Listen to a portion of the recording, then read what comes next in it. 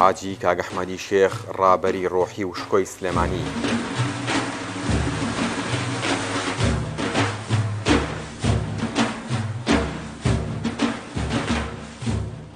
سلێمانی هێشتا دارولمولکی بابان بوو. ڕۆژ و شەو دانیشتوان بەردێکیان دەخستە سەر بەردێ ئاوەدانیان دەکردەوە و دیواری نیشتیمان و شارستانەتیان هەڵدەچنی. لە شەوێکی کپوارامیم تازە شارەدا لە گەڕەکی شێخان و لەگەڵ گەمەی کۆتر و بۆن و بەرامەی ئەرخەوانی بەرەبەیانیدا ساڵی 1993 منداڵێک چاوی بە دنیای فانی هەڵهێنا. کاگەحمەدی کوڕی شێخ مارەفی نۆدێ هاتە دنیاوە. بەوتەی ئایشەخانی دایکی منداڵێکی ئاسایی نەبوو، چونکە بە پێچەوانی منداڵانی دیکە شیری کەسی دیکەی نەدەخوارد. لە مانگی ڕەمەزانیشدا تاکو و بانگی ئێوارە شیری نەدەخوارد. بەو جۆرەیش دایکی دەیزانی کاتی بانگ و ڕۆژوشکاندنە هەر لە سەرەتاوە ئایندەیەکی گەشی تێدا دەبینرا. کاگەحمەدی شێخ سەرەتای خوێندنی بە قورئانی پیرۆز و وردە کتێبەکانی ئەو ڕۆژگارە سەرف و نەحو و فەرهەنگی ئەحمەدی کە باوشی داینابوو دەستی پێکرد و هەروەکو قوتابیانی دیکەی کوردستان پلەکانی خوێندنی بڕی و ئیجازەی مەلایەتی وەرگرت. لە هەمان کاتدا لە خزمەتی باوکیدا تەریقەی قادری وەرگرت و پاشان لە مزگەوتی گەورەی سلێمانیدا دەستی کردە وانەوتنەوە و هەر لە سەرەتاوە لە خەمی ئەوەدا بووە قوتابیەکانی فێری زمانی دایک زمانی کوردی بکات.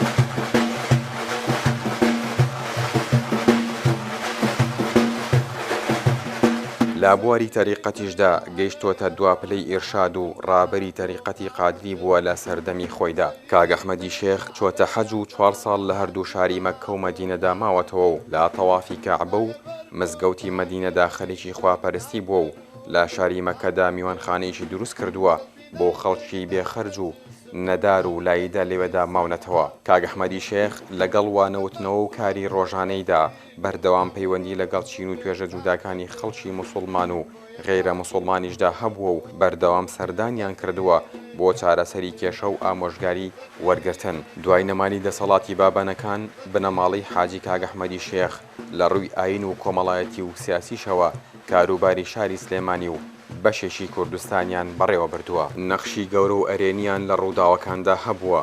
شێخ مەحموودی یەکەم مەلیکی باشووری کوردستان زادی پەروەردە و هەڵوێستی نیشتیمانی و کوردایەتی و قوربانی دانی ئەوان بوو. وەکزانایەکی ئاینی کاگەحمەدی شێخ بە زمانی فارسی دەقە شەرعیەکانی ڕاوە کردووە و بە شێوەی نامە ناردوویەتی بۆ دۆست و مرید و مەنسووبەکانی لە ناوخۆی کوردستان و لە تورکیا و شام و ئێران و هندستانیش کە تێگڕا ڕێنمایی ئەمر بە چاکە و نەهی لە خراپە بوون. لە ساڵانی هەشتاکانی ڕابردوودا لەلایەن مامۆستا مەلا عەبدولکەریمی مودەڕیسەوە بە ناوی مەکتوباتی کاگەحمەدی شێخ چاپ بوو بڵاوکراونەتەوە.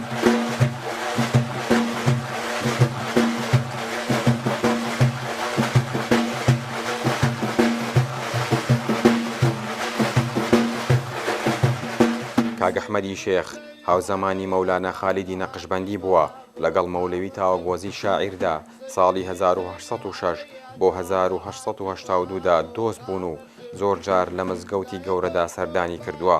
ئەو مزگەوتە کە بە مزگەوتی کاگەحمەدی شێخ و مزگەوتی گەورەی سلێمانی ناسراوە لەگەڵ بنیادنانی ئەم شارەدا ساڵی 1984 لەلایەن ئیبراهیم پاشای بابانەوە دروست کراوە و تەنیا مزگەوتێک بوو کە منارەی بۆ دروست کراوە و نوێژی هەینیشی تێدا کراوە. لەو کاتێشەوە تاوەکو ئێستا ناوەندێکی زانستی و ڕووناکبیری تەماشا دەکرێت و قوتابیان زانستی ئاینی تێدا دەخوێن و بەشێکی تایبەتیش بۆ فێربوون و لەبەرکردنی قورئانی پیرۆز لەلایەن نابینایەنەوە تێدایە. لە هەمان کاتدا ڕۆژانە دووژەم خواردن کە بەشی 300 کەس بکات وەک خێر دەدرێتە خەڵکی هەژار و برسی و بێنەوە.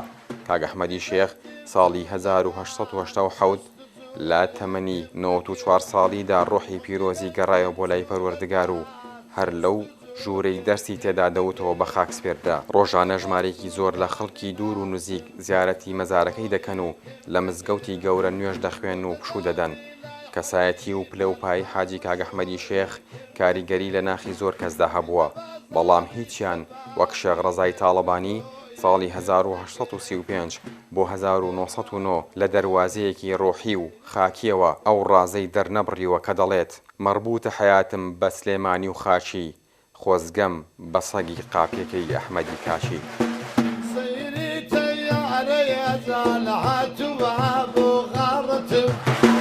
سيري تياري زال هاتوا